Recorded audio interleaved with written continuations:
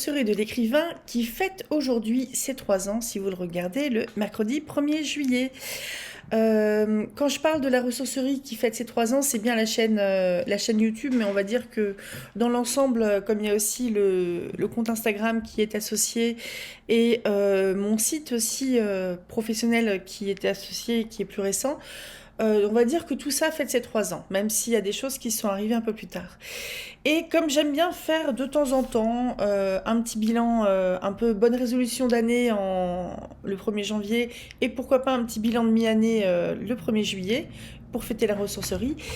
C'est parti pour un petit bilan des 3 ans de la ressourcerie. Sur la ressourcerie de l'écrivain sur YouTube, on est à quasiment 850 abonnés avec presque 550 vidéos.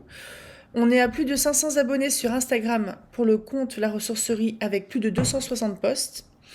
On est plus de 230 sur Threads, qui est une messagerie liée au compte Instagram et Facebook. On est presque 40 sur mon compte correctrice qui n'est pas alimenté, il n'y a que 2 posts, mais ça va venir, il faut que je m'y mette. Et on est plus de 120 sur mon compte autrice sur Instagram. On va commencer en fait concernant des résolutions ou des projets d'écriture pour cette année. J'avais déjà pris comme résolution de terminer un texte long dans l'année. Donc, pour ceux qui suivent mes petits vlogs écriture, j'ai un projet de préquel et de 4 romans dans un même univers, donc de la romance historique, dans un contexte de Seconde Guerre mondiale, aux États-Unis, avec du coup des hommes qui vont devenir des soldats américains et leurs épouses. Donc ça, c'est en cours. C'est un peu avancé, mais pas tant que ça, parce qu'au final, j'ai juste bien planifié comme il faut le préquel et j'ai la trame historique, on va dire, pour 3 personnages qui seront concernés par 3 romans. Mais donc, il faut que j'étoffe, parce que j'ai que des dates sur des faits historiques. Une fois que j'ai choisi dans quelle compagnie ces hommes-là seraient et par quelle bataille ils passeraient, j'ai choisi quelques-unes de ces batailles un peu plus significatives que d'autres, où j'avais peut-être plus d'éléments. Et il faut que je planifie en fait, il faut vraiment que je m'y mette parce que moi dans mon idée, c'était de terminer un texte dans l'année. Donc quand je dis terminer, c'est premier G. Hein. Ce qui veut dire qu'un texte long, ça ne concerne pas le préquel qui est la rencontre et la naissance de l'amitié de ces 4 hommes. Donc là, avant la guerre et avant la rencontre des futures épouses, un peu un buddy movie avec les gars. Et là, il faut vraiment que je m'y colle. Parce que je m'étais même mis en objectif bas un roman d'ici la fin d'année. En objectif haut, 2 romans. Mais j'ai envie d'écrire le préquel d'abord, donc faut que je m'y colle. J'ai comme résolution aussi, parce qu'il paraît que quand on a un gros projet, c'est bien d'avoir un petit truc récréatif à côté pour respirer un peu et s'aérer. Donc me lancer dans un autre univers récréatif, et moi ce que je voulais faire, c'était des formats plus courts. Et de la SF. Et pourquoi en fait? C'est parce qu'il y a de l'expérimentation pour moi sur 2 éléments. Il y a à la fois la science-fiction que je lis assez peu et les formats courts par contre j'en lis de plus en plus, donc nouvelles et novellas. Novella c'est c'est un texte qui est entre la nouvelle et le roman en termes de taille, un truc entre 20 et 40 000 mots à peu près. On considère qu'un court roman, c'est à partir de 45 voire 50 000 mots. Donc la novella, c'est un peu plus resserré. Et c'est vrai que je trouve que les nouvelles sont particulièrement techniques. Les novellas, il y a moyen d'un peu plus développer. Et donc, ce qui veut dire que j'expérimenterai à la fois du côté du format, parce que moi, je lis beaucoup plus et j'apprécie plus les romans. Donc j'expérimenterai de ce côté-là. Et j'expérimenterai aussi du côté de la science-fiction, où là, je suis partie sur de la science-fiction dans l'espace, mais aussi sur la Terre. Je vais vous expliquer rapido. Imaginez Imaginez notre Terre dans 150, 200 ans, 400, 500 ans. Je lis des articles, je regarde des documentaires un petit peu de sciences prédictives pour voir comment ça va se passer, qu'est-ce que les scientifiques prévoient en termes environnemental, en termes conquête de l'espace, avancées technologiques, etc. Et qu'est-ce que va devenir cette bonne vieille Terre quand on n'y sera plus, nous qui sommes vivants aujourd'hui. Et j'ai envie de jouer un petit peu avec ça justement et pas d'être dans pas d'alimenter une espèce d'éco-anxiété qui est quand même bien présente quand on se mange du 40 degrés au mois de mai, hein. Mais j'ai envie de travailler cette idée-là, cette thématique, sous un angle un peu plus doux, de manière générale, mais pas partout. Ce qui voudrait dire que par exemple, en fait, dans mon univers, la Terre d'ici 150 ans, 200 ans, plus, va fabriquer des vaisseaux, donc des petits vaisseaux qui vont rejoindre des grands vaisseaux qui sont construits dans l'espace parce qu'ils sont trop gros pour décoller et vont partir en fait à la conquête de l'espace. Certains vont avoir une destination précise, comme une planète à X années-lumière, d'autres vont être plus dans l'exploration. Et ces énormes vaisseaux-là, on est vraiment plus sur des vaisseaux qui sont générationnels, qui sont des villes volantes en quelque sorte, et qui sont destinés en fait à vivre. Enfin, les gens peuvent y vivre en fait, parce qu'ils produisent l'oxygène, ils produisent de la nourriture, ils se reproduisent entre eux aussi. Peut-être, ils ont sans doute aussi au frigo toute une banque génétique d'animaux, de plantes, etc., pour pouvoir éventuellement ensemencer une planète qu'ils découvriront et qui sera habitable pour l'homme. Et donc j'ai envie de jouer un petit peu avec ça. J'ai envie de jouer aussi sur d'autres choses, c'est le fait que ces vaisseaux vont partir de différents endroits de la planète. Certains vont être à majorité militaire, à majorité scientifique.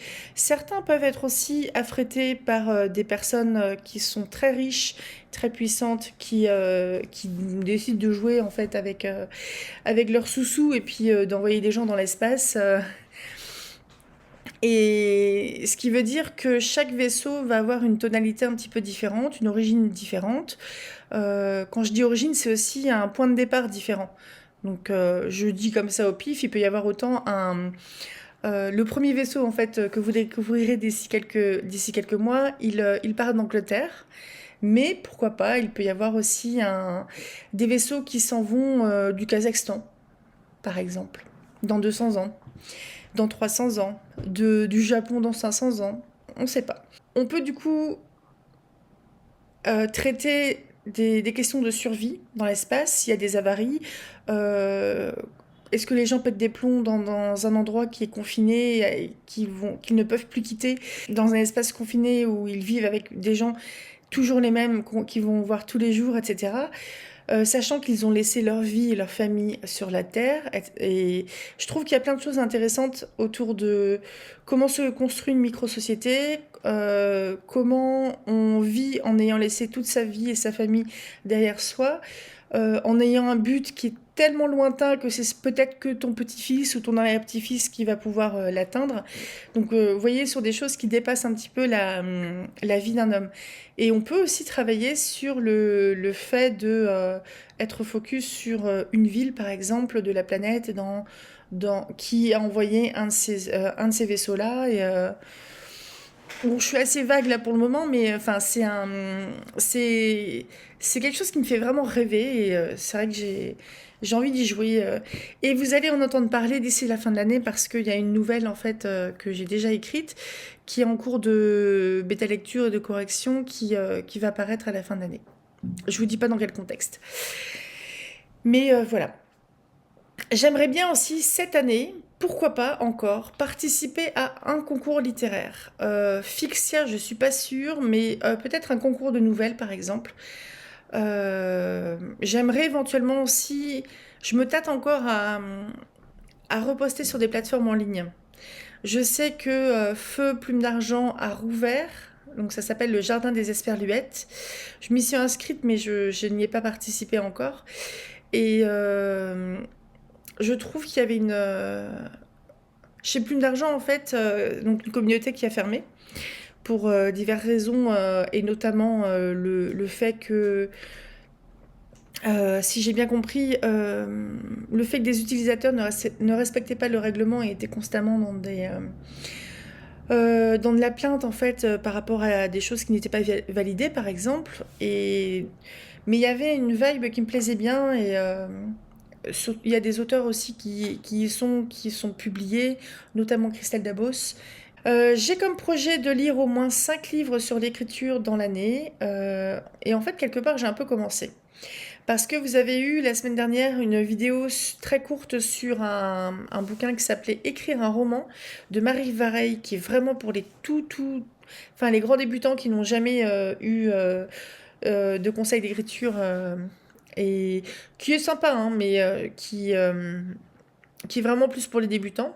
Mais j'ai pas regretté de le lire. Je vais mettre là-dedans les newsletters Chic-Chac, dont je vais vous faire une vidéo. La vidéo est déjà tournée, et ça va peut-être sortir d'ici une semaine ou deux. Alors, les newsletters Chic-Chac sont des newsletters qui paraissent tous les mois. Il y a pour le moment à peu près 80 newsletters qui sont gratuites, que vous pouvez y avoir accès sur Substack. Si vous vous y abonnez ou si vous allez voir ce qu'elle fait. C'est écrit par Pauline Moreau, qui est une scénariste pour la télé, peut-être bien pour le cinéma aussi. Elle a un film qui est sur Prime. Et en fait, elle dépiote des tas de livres, de concepts, euh, pour parler d'écriture, à la fois de scénario et à la fois d'écriture de romans. On est d'accord, on n'est pas sur tout à fait le même média, mais il y a vraiment des règles de dramaturgie qui sont un socle commun. Et je trouve que c'est extrêmement bien fait. Et c'est pour ça d'ailleurs que j'ai acheté son bouquin qui s'appelle De l'idée banale au scénario génial, qui est sorti il y a un mois ou deux. Je ne l'ai pas lu encore, parce que dans mon idée, je finis de lire les newsletters Chic-Chac, là je dois en avoir une cinquantaine encore à lire, et ensuite je lis De l'idée banale au scénario génial. Et ce qui fait que vous allez avoir 3 vidéos courtes sur Pauline Moreau, donc une sur les news gratuites, une sur les news avec le passage au payant, parce que maintenant c'est 3 newsletters payantes dans le mois, une qui reste gratuite, 5 euros par mois ou 50 euros par an. Voilà, j'ai réussi. J'ai comme idée aussi de lire La Dark Romance, un essai amoureux de Fleur Hopkins Lawferron, qui est une chercheuse. Je me demande si. Je crois qu'elle est indépendante, mais je crois qu'elle avait bossé au CNRS, ou je dis des bêtises. Enfin, c'est une chercheuse beaucoup sur la littérature.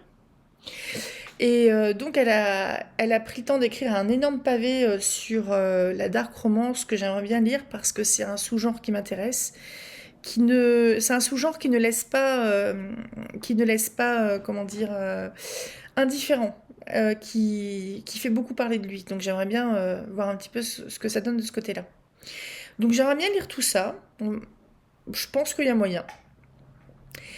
J'ai aussi comme projet de faire des formations sur l'écriture. Alors, pour ceux qui me suivent régulièrement, vous savez que j'ai déjà suivi la formation Devenir écrivain, projet best-seller de l'ICAR, l'Institut des carrières littéraires. C'est une formation qui, en 10 semaines, on a à peu près accès à 45 heures de vidéos qui sont sur la plateforme en ligne, avec souvent un support, un PowerPoint ou un PDF à côté. On a accès aussi à deux ou trois lives par semaine, dont des ateliers. C'est une formation qui dure 10 semaines, avec accès à vie, donc tant que la plateforme est ouverte à, à ce qui est mis en ligne. Et en plus, après la formation, on a accès au Discord des anciens. Et tous les mois, on a un live qui est consacré aux anciens. On a eu par exemple quelque chose sur écrire quand on est stressé, sur la lecture sensible.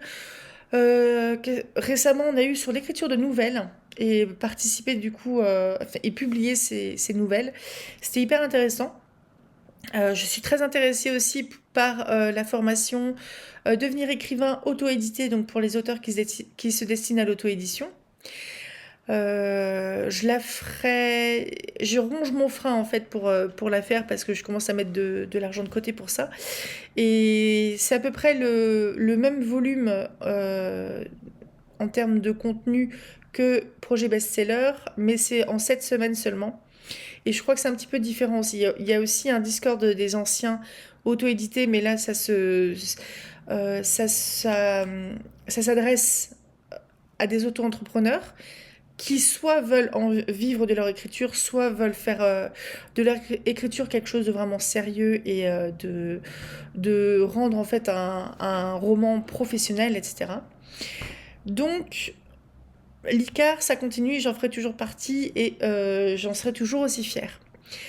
Récemment, il y avait le sommet du premier roman, il y a une quinzaine de jours, qui était organisé par Ingrid Lemaire de J'écris un roman.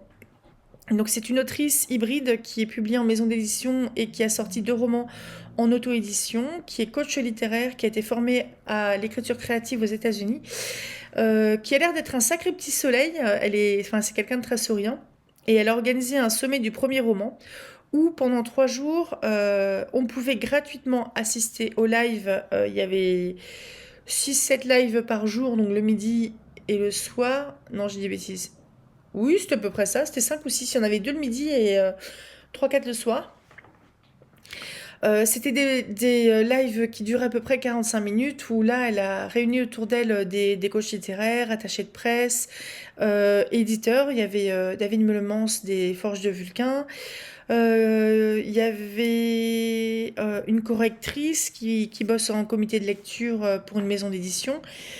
Et il y avait des créateurs de contenu littéraire. Donc c'était vraiment des petites, des petites interventions courtes et quelques tables rondes qui étaient gratuites en live. Sinon c'était 29 € si on prenait le pass VIP pour avoir accès au replay. Ce que j'ai choisi de faire parce qu'en fait, c'est intense et quelque part, en fait, moi, j'étais cuite. Je crois que j'avais réussi à suivre à peu près le premier jour, mais après, j'ai laissé tomber. Du coup, j'ai regardé en replay. Et c'était vraiment, franchement, ça valait le coup. Ça va pas avoir forcément lieu tous les ans parce que c'est un sacré boulot. Et par contre, je pense que vous devez vraiment suivre Ingrid Lemaire dans ce qu'elle fait. De toute façon, je vous annoncerai quand il y aurait un prochain sommet du premier roman. C'était le 3e. Et les 2 précédents avaient été organisés par Ingrid Lemaire et Astrid Sterrin, il me semble. Et dans ce cadre-là, j'ai acheté le codex du romancier où il y a Ingrid Lemaire et d'autres intervenants, donc Astrid Sterrin, Fanny Guéral, Ibellion, peut-être une autre personne aussi, je me souviens plus, qui en fait proposait des formations à eux à 90% de réduction. Donc le codex du romancier donne accès à 11 formations, donc des masterclass ou des formations un peu plus longues sur l'écriture. L'écriture, mais aussi la communication autour du livre, etc. Et c'était pour le prix de 99 € au lieu de 979, donc ça vaut carrément le coup. Donc j'ai un petit peu commencé à le faire, je vous en parlerai au fur et à mesure. De toute manière, concernant tout ce qui est, il y a une décision que j'ai prise là depuis quelque temps, c'est que si je lis un roman ou si je suis une formation qui me plaît, qui m'apporte quelque chose, ou qui peut vous apporter quelque chose, j'en parlerai. C'est pour ça que j'ai parlé quand même d'écrire un roman qui clairement n'est pas pour moi. Ça aurait pu être pour moi il y a 20 ans peut-être. Mais parce que je pense que c'est quelque chose qui était très, très simple d'accès, pas du tout technique et qui pouvait... on était quasiment autour du mindset en fait de l'état d'esprit. Enfin, de gérer un peu son état d'esprit, un petit peu des conseils bienveillants autour de l'organisation, etc. Et par contre, si je trouve des formations qui, je pense, sont pas ouf et où je pense que ça ne peut pas vous servir, je vous en parlerai pas parce que je j'ai pas trop envie en fait de donner des avis négatifs en public sur le gagne-pain des gens. parce que je pense que la vie est suffisamment dure. Donc faire des formations sur l'écriture, ça va continuer et ça sera comme pour lire des livres sur l'écriture. Je vous ferai des petites vidéos à ce sujet-là, si c'est sur des choses très courtes, comme là je suis une masterclass sur la bêta lecture. Là je peux vous faire une vidéo là-dessus par exemple, une vidéo courte. Comment dire, s'il y a des choses qui sont très longues, comme devenir écrivain, projet best-seller, je peux pas vous faire en 5 minutes. Donc là, ça serait une vidéo plus longue du mercredi. Donc ça, je me suis mis en tête pour la suite de l'année et des années suivantes sûrement. En résolution de lecture, il y a fort longtemps, je m'étais dit, tiens, en 2024, je vais tenir un reading journal. Je l'ai fait, hein. Eh bien, on va laisser tomber parce que je l'ai toujours pas rempli. Mais par contre, ce que j'aimerais bien faire, c'est écrire des chroniques. Donc, soit être sur une espèce d'instantanéité, comme ce que je fais sur Instagram avec les films que je vois. En général, un jour ou deux après, je fais un petit post. Par contre, je le fais pas forcément sur les livres, à part sur des livres que j'ai en service de presse, par exemple. Mais de temps en temps, en fait, sur Instagram, je vais parler je ressortirai un bouquin qui m'a plu, dont j'ai parlé sur la chaîne, et j'en ferai un post pour voir un peu, quelque part, est-ce qu'il a de beaux restes dans ma mémoire. Mais j'aimerais bien écrire ouais, des chroniques, et ça va être soit sur des sites pour lecteurs comme Babelio, Booknode, etc., Livre Addict, ou aussi un avis Amazon, parce que en fait, c'est comme ça, la preuve sociale, c'est comme ça que les auteurs peuvent vendre leurs livres. C'est si des lecteurs disent je l'ai lu et je l'ai aimé parce que si ça, même si telle notion, j'aurais aimé que ce soit développé autrement, etc. Donc, écrire des chroniques. Alors, j'ai toujours envie de lire une saga entière et je pense que je vais profiter de l'été pour éventuellement lire soit une saga de romance comme Off Campus de Elle Kennedy. Je vous en parle rapidement. Off Campus de Elle Kennedy, j'en avais déjà entendu vaguement parler sur les réseaux sociaux. Parce que Elle Kennedy, je pense que régulièrement, son nom traîne sur les réseaux sociaux. Et Off Campus, c'est une saga de 4 ou 5 bouquins, je ne sais plus exactement, qui sont sortis il y a quelques années. Et dont le premier livre a été adapté sur Prime, sur Amazon Prime. On est sur de la romance universitaire avec des jeunes qui sont étudiants. Les gars, ils sont dans une équipe de hockey universitaire. Et je ne sais pas si ça se passe exactement aux États-Unis, je ne sais plus. Enfin bref, on s'en fout.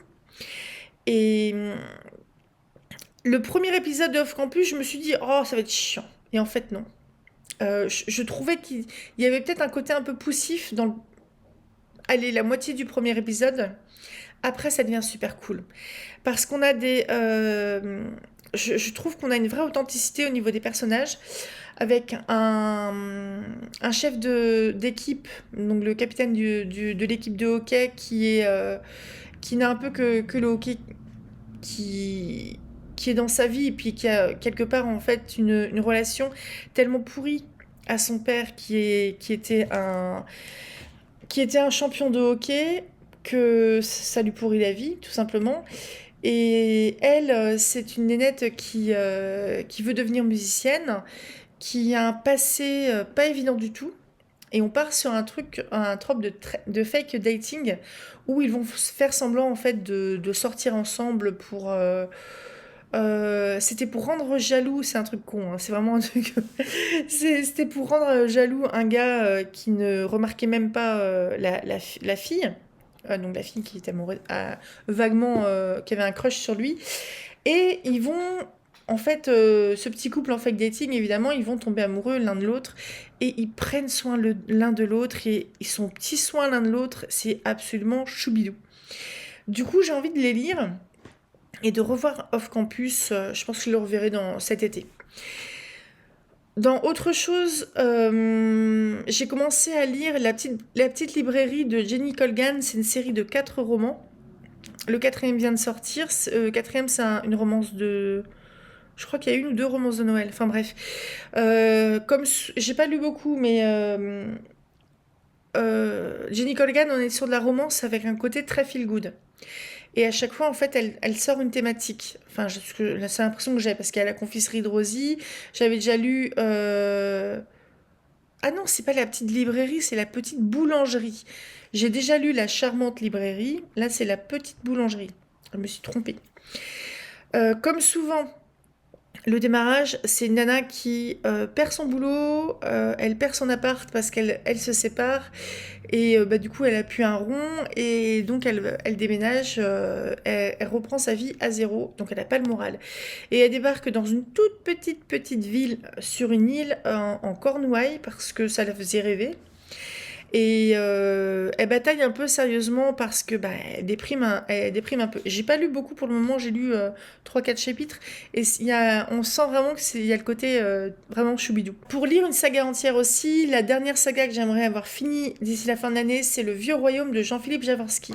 Je vous avais déjà fait une vidéo sur... 2 recueils de nouvelles et un roman. Donc, premier recueil de nouvelles, c'était Janua Vera. Ensuite, le roman Gagner la guerre. Dernier recueil de nouvelles, Le sentiment du fer. Parce qu'en fait, ces trois recueils-là, il y avait un personnage qui pouvait être commun, qui est le narrateur de Gagner la guerre, c'est Benvenuto Gesufele. On est sur de la fantaisie, beaucoup de politique, c'est très violent. Le roman est narré par un salaud. Euh, les, les nouvelles, vous pouvez les lire tout à fait tranquillement. Il peut y avoir un côté horrifique aussi, et on est sur une fin de Moyen-Âge, début de Renaissance italienne. Et la suite, en fait, de ces trois bouquins-là, c'est Le Chevalier aux épines. On est sur quelqu'un qui est à l'opposé de Benvenuto, le narrateur de Gagner la guerre, qui est un tueur à gages qui adore son boulot, en gros. Donc, Le Chevalier aux épines, on est sur quelqu'un qui a un honneur, lui. Donc, c'est Le Tournoi des Preux, Le Conte de l'assassin et Le Débat des dames. Et tous ces livres-là, ce sont des bouquins que je lis en livre audio sur Audible. Donc, c'est un peu long, parce que Gagner la guerre, on était quasiment sur 40 heures. Et pour Le Tournoi des Preux, j'ai quasiment fini, donc ça devrait arriver d'ici la fin de l'année, je pense. J'aimerais bien aussi lire plus de SF, de policiers de manière générale et de jeunesse, donc déjà par culture personnelle et aussi par culture professionnelle, parce que dans le cadre de mon métier de lectrice-correctrice, je peux être amenée à lire un peu n'importe quoi, parce que je préfère ne pas me spécialiser. Et même si je connais, si vous voulez, au moins dans les grandes lignes, les codes des différents genres, je les lis pas beaucoup. Même si la SF et le policier ou le jeunesse, je peux regarder aussi des films et des séries télé à la télé, c'est pas pareil. Donc j'aimerais bien découvrir par exemple des auteurs comme Wilkie Collins pour le policier. En SF, on était sur Elisabeth von Harburg, je ne sais pas si ça se prononce comme ça, qui est une autrice française, il me semble. Et en jeunesse, il y a Suzy Morgenstern, je crois, qui a écrit beaucoup de livres jeunesse. Et Michael Morpurgo, qui est un auteur qui a écrit beaucoup en jeunesse sur le cycle du roi Arthur. Donc les légendes arthuriennes. Et lui, j'ai récupéré au moins 2 de ses bouquins en boîte à livres, et du coup, j'aimerais bien m'y mettre. Lire au minimum 10 livres classiques dans l'année, je pense qu'on y est déjà, parce que depuis le début de l'année, j'ai lu sur la chaîne Shirley de Charlotte Brontë.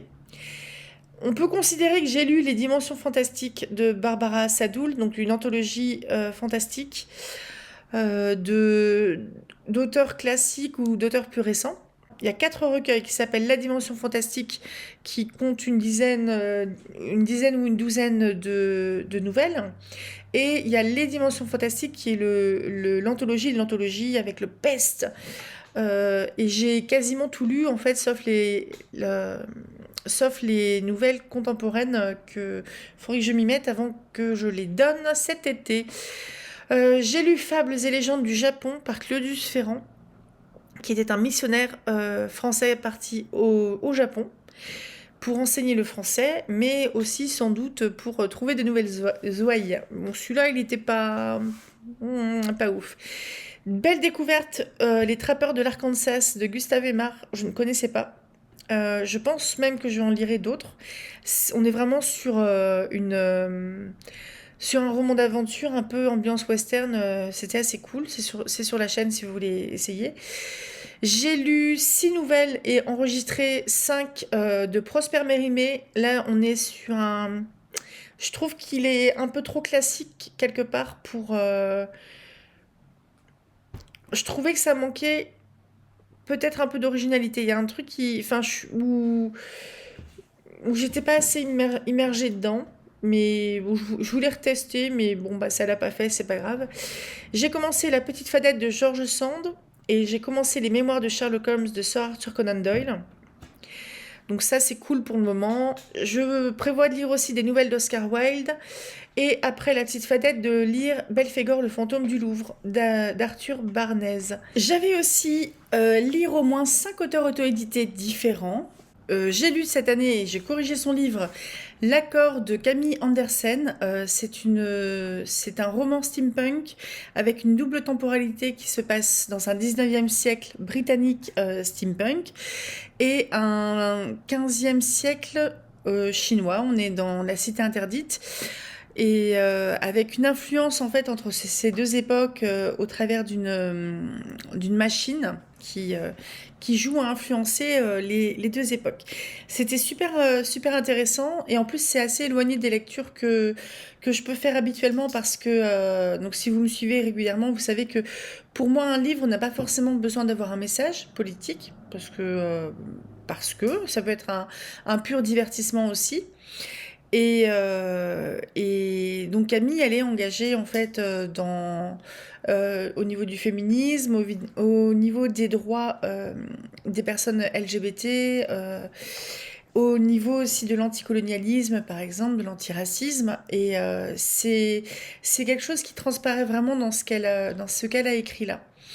Et je pense que vous pouvez vraiment suivre Camille Andersen, mais comme tous les autres auteurs que je vais vous présenter, parce elle a un univers particulier dans ce 19e siècle steampunk qui est le point de départ de plusieurs histoires. Je vous conseille d'ailleurs, si ça vous intéresse, de lire la nouvelle qu'elle propose en échange d'une inscription à sa newsletter, qui est une espèce de porte ouverte sur l'origine de ces fameuses machines. Une nouvelle que j'avais corrigée aussi. J'ai lu aussi cette année et je l'ai corrigé et je vous le présenterai plus en détail d'ici quelques semaines.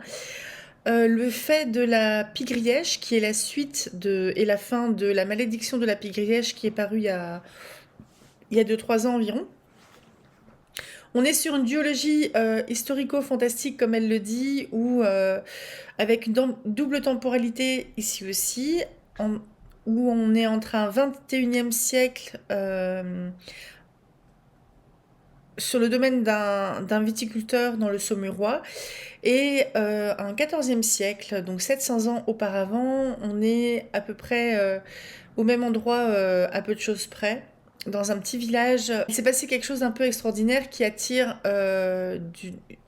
l'attention de manière pas très positive de l'Église.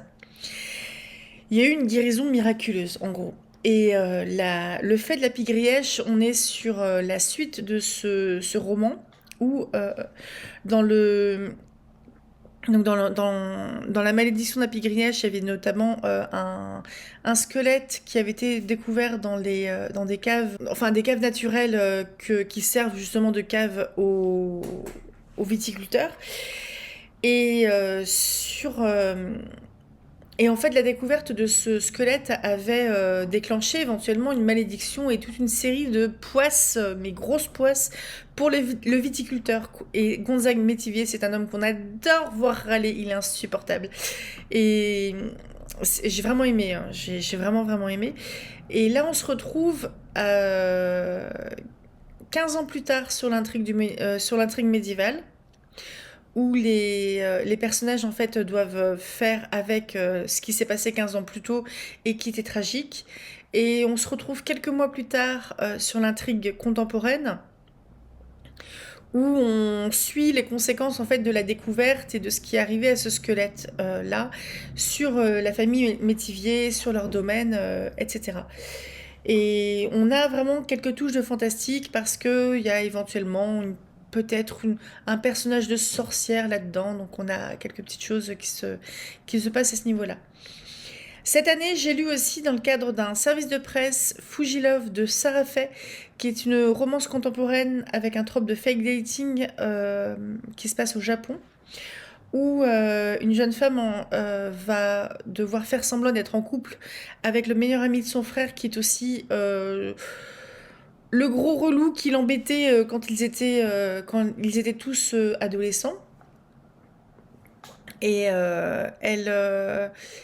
elle doit faire semblant d'être en couple pour participer à un événement d'entreprise dans une société japonaise, la société de manière générale, ou l'entreprise qui est extrêmement hiérarchisée et ritualisée. Ce qui fait qu'elle se met une pression de dingue par rapport à cet événement-là, et elle met aussi une pression de dingue à l'ami de son frère qui a pourtant accepté de lui filer un coup de main. Et c'est vraiment une romance qui était toute mignonne, qui était dépaysante, parce que je connais pas vraiment la vie au Japon, je connais pas vraiment. Je trouvais ça intéressant.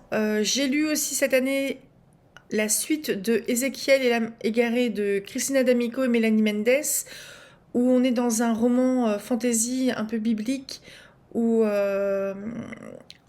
Ézéchiel, c'est un jeune démon qui fait l'objet d'une prophétie du type un peu dangereuse, un peu à renverser l'ordre des choses, à savoir les démons, ils sont en bas en enfer, et les anges, ils sont là-haut dans le paradis. Et donc, je peux pas vous en parler beaucoup plus encore, parce que le deuxième roman n'est pas encore sorti. Donc, n'hésitez pas à aller voir sur l'Instagram de Cristina D'Amico. Je vous en parlerai de toute façon quand ça va sortir. Je lirai aussi prochainement quelques romances de Johann von Haff. Je vous avais déjà parlé de sa série qui se passe dans le Kalahari, dans le désert du Kalahari, dans le cadre de l'Afrique australe, qui est un royaume fictif, un pays fictif. Et elle m'a envoyé La réelle hauteur des hommes, une romance contemporaine entre une personne de petite taille, un homme de petite taille et une jeune femme qui se sont rencontrés sur les réseaux. J'ai acheté en numérique Les Noces de Jade, qui sont publiées chez Charleston et qui sont finalistes du prix du livre romantique en 2018. Donc je vous en parlerai. Et j'ai acheté aussi à l'espace culturel sous le nom de Mia Carr. Elle a écrit aux éditions Addictives un roman qui s'appelle Hope Always, que j'ai commencé un petit peu à lire et qui est vraiment tout mignon. Et enfin, je vous parlerai de deux autrices aussi, peut-être plutôt en automne et en hiver, avec la Ravenger Award, qui est une série avec une nouvelle et 4 romans de Céline Badarou, donc, que vous pouvez avoir soit en livre individuel, soit en intégrale sur son site internet. Et on est sur une réécriture de Sherlock Holmes et Watson dans un univers de fantaisie animalière, quelque chose de plutôt doudou, qui peut être tout à fait accessible à partir de 15 ans, comme elle le disait, voire si le lecteur, en fait, un lecteur plus jeune réussit à lire Harry Potter, il n'y aurait pas de souci pour lire Avenger Award. Et plutôt en hiver, je lirai aussi Les Contes d'hiver, donc une anthologie. J'ai l'intégrale des 3 contes. C'est une réécriture de contes et de créatures fantastiques hivernales, à savoir Baba Yaga, la sorcière des bois, l'abominable homme des neiges et Krampus, donc des créatures plutôt de l'hiver. Et on a une réécriture qui va être plus moderne, qui va parler de thématiques sociales sensibles, comme les violences conjugales, les phénomènes d'emprise, etc. Donc j'ai très hâte de le lire. Sinon, j'avais des résolutions au niveau des réseaux sociaux. Donc, je suis ici, nous sommes sur YouTube, je suis sur Instagram, je suis un peu sur Facebook, je suis sur Threads, j'ai un site internet. Pour le moment, c'est tout ce que j'ai. Donc, j'aimerais bien développer un petit peu tout ça et créer plus de ponts entre les différents lieux, ce que je commence un petit peu à faire sur Instagram et ici quand je vous parle d'Instagram aussi. Mais alors pour moi, Facebook ne sert que à repartager ce que je fais sur Instagram. Je compte pas trop m'épancher sur Facebook parce que j'aime pas tellement la plateforme. Et pareil, TikTok, je pratique pas du tout TikTok, donc j'ai un peu renoncé. J'ai pas spécialement envie d'y mettre les pieds. Donc j'aimerais bien développer, en fait, continuer à développer tout ça. Développer notamment des formats courts sur YouTube. Donc ça pourrait être le même type de format qui sortent sur YouTube et sur Instagram avec une republication sur Facebook. Il faut savoir aussi que je me suis formée depuis l'année dernière. Depuis un an à peu près, je me forme sur la communication sur les réseaux. Donc majoritairement Instagram, notamment avec la formation Reset ton Insta de Maria Vileza, qui fait une formation plutôt axée sur la communication sur Instagram pour des auteurs, plutôt auto-édité, mais enfin pour des auteurs principalement. Je vous conseille très fort de suivre aussi Va des rétros marketing de Lucie, où vous avez un compte Instagram qui est quand même actif. Vous avez le Grimoire qui est une newsletter qui paraît tous les 13 du mois. Et vous avez le confessionnal qui paraît tous les lundis. Mais il va. Donc, Lucie, c'est quelqu'un dont le marketing était son métier et qui a adapté en fait toutes ses connaissances au marché du livre. Donc, il sait vraiment de quoi elle parle aussi. Et je la trouve super pertinente dans la manière d'aborder les choses. Je suis également Maison Atlas Communication, pareil, axée sur le marketing du livre, plutôt sur Instagram. Je crois qu'elle fait aussi des prestations sur les sites internet et peut-être les newsletters, comme pour Vader Retro. Maison Atlas Communication, elle est plus axée sur les livres de l'imaginaire, donc fantasy, fantastique, science-fiction. Il y a Elodie Fred aussi qui est sur Instagram, où là elle est sur la communication beaucoup plus large, parce que ça va englober aussi, je crois que ça englobe à peu près tout moyen de communication autour du livre, même les dédicaces, etc. Parce que il me semble que ces comptes et ces prestations étaient très très très diverses. Donc j'aimerais bien en fait mettre ça en pratique tranquillement parce que j'ai pas de... En fait, j'ai pas envie de me prendre le chou à vouloir stresser pour avoir du résultat. Donc pour moi, j'aimerais bien agir en fait là où je peux le faire, là où je peux avoir des résultats, c'est-à-dire produire du contenu, mais pas produire du contenu pour produire du contenu, ni produire du contenu pour avoir des abonnés ou des interactions. C'est déjà produire du contenu parce que j'en ai envie, du contenu dont j'ai envie de parler et de la manière dont j'ai envie de le faire. Donc il y a vraiment le côté, je m'accroche à ce que j'ai envie de faire. Et j'essaye après, tant pis s'il y a des choses qui ne marchent pas, comme là les bingos que je fais sur Instagram. Tous les mois, je fais un bingo de lecture et d'écriture qui va être inspiré d'un sous-genre de la littérature, donc un sous-genre du policier par exemple. On sera sur le policier humoristique demain, enfin aujourd'hui. Et j'ai pas l'impression de susciter plus d'interactions que ça, mais je trouve ça intéressant d'avoir annoncé le truc et d'aller jusqu'au bout. Et c'est comme un peu pour les Bradbury, hein. Bradbury, c'est tous les jeudis, mais je vais aller jusqu'au bout, après, quitte à faire un bilan et puis et faire les trucs autrement. Mais donc, de manière générale, j'aimerais bien développer aussi Threads, développer le site et faire vraiment des articles, peut-être une fois par mois, et développer des newsletters. Les newsletters à vue de nez, je les sortirai pas avant l'année prochaine, je pense.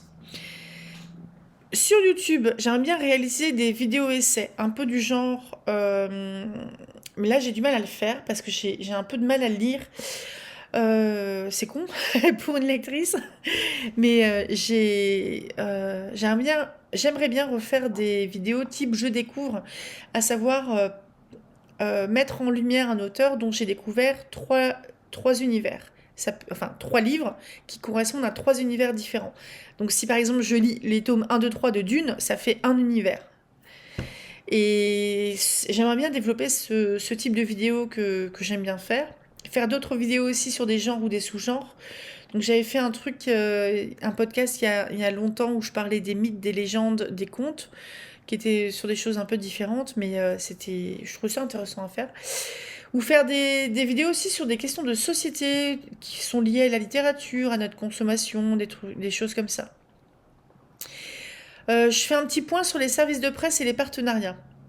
Alors, cette année, j'ai lu dans le cadre d'un service de presse Fujilove de Sarah Fay dont je vous ai parlé. J'ai lu aussi L'ombre des voiles. J'ai lu aussi L'ombre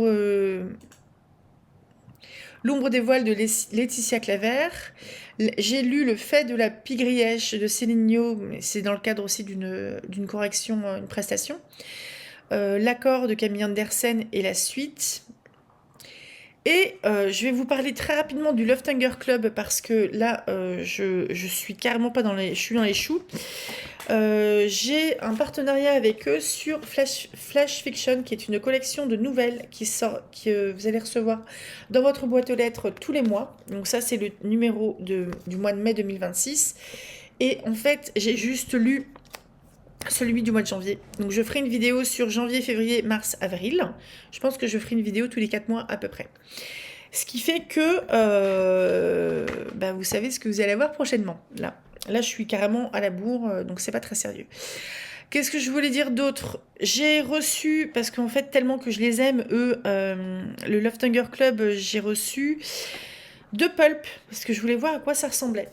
Donc si vous vous souvenez de mon histoire avec Loftanger Club, c'est une maison d'édition toulousaine qui m'avait contactée il y a un peu plus d'1 an pour que je chronique un PDF de leur pulp numéro 3. Entre-temps, j'ai acheté le 1 et le 2 en PDF et j'ai participé à leur dernière campagne Ulule qui est terminée pour financer Aux Ultimes Chimères, donc leur numéro 5. Donc celui-là, c'est le dernier qui est sorti. Je vous montre. On est sur un pulp. Donc, les pulps, normalement, on est plus sur ce format un peu magazine flou. Là, on est sur un objet qui va être avec une couverture cartonnée et on a 3, 6, 9... On a 11 nouvelles ici. Et ce sont des nouvelles qui sont on est sur un truc. On est sur une mise en page en 2 colonnes et chaque nouvelle est illustrée. Et il y a des pubs au milieu. Je trouvais ça assez cool d'ailleurs. Ce genre de pub au milieu. Donc j'ai acheté le 5 et j'ai acheté aussi le 4. Ce qui fait que j'ai tous les pulps. Donc je n'ai lu entièrement que le 3. Ça c'était le 4. Alors ça c'est hors partenariat. Ça c'était une initiative personnelle. Donc je les lirai quand je les lirai et je vous ferai un retour. Sur le pulp numéro 4, il y a 3, 6, 9... Il y a 10 nouvelles. Donc on est entre 10 et 12 sur chaque pulp. Donc ça, je vous en parlerai un de ces 4. J'estime avoir 1 an avant la sortie du prochain pour vous parler du Loftanger, du pulp 1, 2, 4 et 5. Allez, un tous les 3 mois. Donc, mais je trouve que c'est cool de lire des nouvelles, mais je suis tellement à la bourre parce que je n'ai toujours pas fini de lire Rendez-vous avec la nuit, un recueil de nouvelles gratuit de collègues de l'ICAR qui avait fait un recueil de nouvelles autour de la thématique de la nuit. Et c'était 54 nouvelles et 54 auteurs, un recueil multigenre, et j'ai toujours parmi les dedans, il faut que je le fasse. J'ai en service de presse aussi Vorago, donc la petite romance cannibale de Lazare Rochemont. Et j'ai 3 romans et un essai de ActuSF. 3 romans parce qu'en fait, ils m'avaient envoyé... je sais plus ce que j'avais commandé exactement, mais ils m'ont envoyé un fichier qui n'était pas le bon, mais qui était un autre de leurs bouquins. Donc ceux-là, en fait, j'attends de terminer de les lire et de les présenter avant de demander autre chose à ActuSF, parce que c'est un peu ridicule quand même. En projet de vidéo, là, je reviens sur YouTube. Projet de vidéo, j'ai toujours en tête de faire, d'ici la sortie de la saison 5, un cycle de vidéos sur les chroniques de Bridgerton. Donc je pense peut-être faire un truc où je vais relire en fait les 4 premiers romans, revoir j'ai trop hâte, revoir les 4 saisons et vous faire un petit, peut-être pas forcément un comparatif, mais vous parler en fait de ces romans-là. Euh, je ferai sans doute quelque chose aussi sur le préquel des Chroniques de Bridgerton, donc sur la reine Charlotte. Sachant que il faut que j'achète le bouquin, mais le livre est une novélisation de la série. Ce qui veut dire que la série est sortie d'abord et le livre est sorti après. Donc ça, voilà, un de ces quatre. Je ferai peut-être un peu la même chose aussi pour Off Campus. Donc Off Campus, parce que là, la saison 1, elle vient de sortir il y a quelques semaines, ce qui veut dire que si je fais j'ai le temps, quoi. J'ai toujours prévu aussi de faire un petit cycle de vidéos, donc une ou deux vidéos sur les 5 romans de Chrétien de Troyes, sachant que j'ai déjà tourné un petit bout, bon, vous savez comme je suis bavarde, sur qui est Chrétien de Troyes, c'est quoi les romans arthuriens, c'est quoi l'amour courtois, c'est quoi les romans de chevalerie, etc. Et enfin, je vais faire aussi des vidéos sur les 2 formations longues que j'ai suivies, à savoir la formation, parler de la formation que j'ai suivie pour devenir lectrice-correctrice au sein de l'École française de lecteurs-correcteurs. Je pense que je la ferai pour qu'elle soit prête avant leur prochaine session, parce que ça peut peut-être donner envie à quelqu'un de le faire. Et même chose pour la formation devenir écrivain projet best-seller, donc la formation et le métier d'auteur. Et comme je vous ai dit sur les formations, en fait, je ferai des petits contenus sur des formations plus courtes, comme chez Audrey Martinez, Rêve d'auteur, l'école d'écriture 2.0 de Cécile Duquesne. J'écris un roman de Ingrid Lemaire. Il y en a beaucoup d'autres encore. De toute façon, je collectionne des petites formations comme des Pokémon. Bon, je pense que j'ai à peu près fait le tour de mon petit bilan et de mes petits projets. Donc, je pense que je vais m'arrêter là parce que la vidéo va être déjà suffisamment longue. En tout cas, moi, j'ai toujours plein d'envie. Il y a juste des fois où je fatigue un petit peu plus. Il y a des fois où je me laisse sans doute un petit peu déborder. Mais en tout cas, j'ai hâte de vous sortir un prochain vlog écriture et pas dans 3 mois, j'espère. Donc peut-être un au courant de l'été où il y aurait une deuxième partie en fait sur le projet de romance historique pour vous dire où j'en suis. Et j'aimerais bien en faire un aussi sur le projet SF d'histoire courte, donc nouvelle ou novella. Celui-là, ça serait plus à la rentrée en octobre par exemple, à voir, quand on va commencer en fait à parler du recueil de nouvelles. Je vais m'arrêter là, donc je suis toujours pleine d'envie, je suis entourée de bouquins là sur ma table à manger, on peut même pas manger, mais je suis toujours pleine d'envie en tout cas. Donc n'hésitez pas à me dire ce que vous pensez de tout ça, si vous avez des idées, s'il y a des choses qui vous donnent envie ou pas trop, hein. Mais en tout cas, moi je considère vraiment que le contenu que je vous fais, c'est vraiment à votre discrétion, quoi. S'il y a des choses qui vous intéressent, vous prenez. S'il y a des choses qui ne vous intéressent pas, vous zappez. Je compte aussi continuer les lectures que je fais le samedi et le dimanche, quitte à, si je suis un petit peu débordée, à faire sauter par exemple les contes ou les nouvelles du samedi pour avoir moins de montage à faire, parce que le montage c'est un petit peu longué, mine de rien. Donc voilà. Vous allez retrouver en description le nom des auteurs, leur contact sur Instagram ou leur site internet et le nom des bouquins dont j'ai parlé. Et j'ai fait le tour, je pense. Donc je vous souhaite un très bon mercredi et bon anniversaire à la ressourcerie. Salut!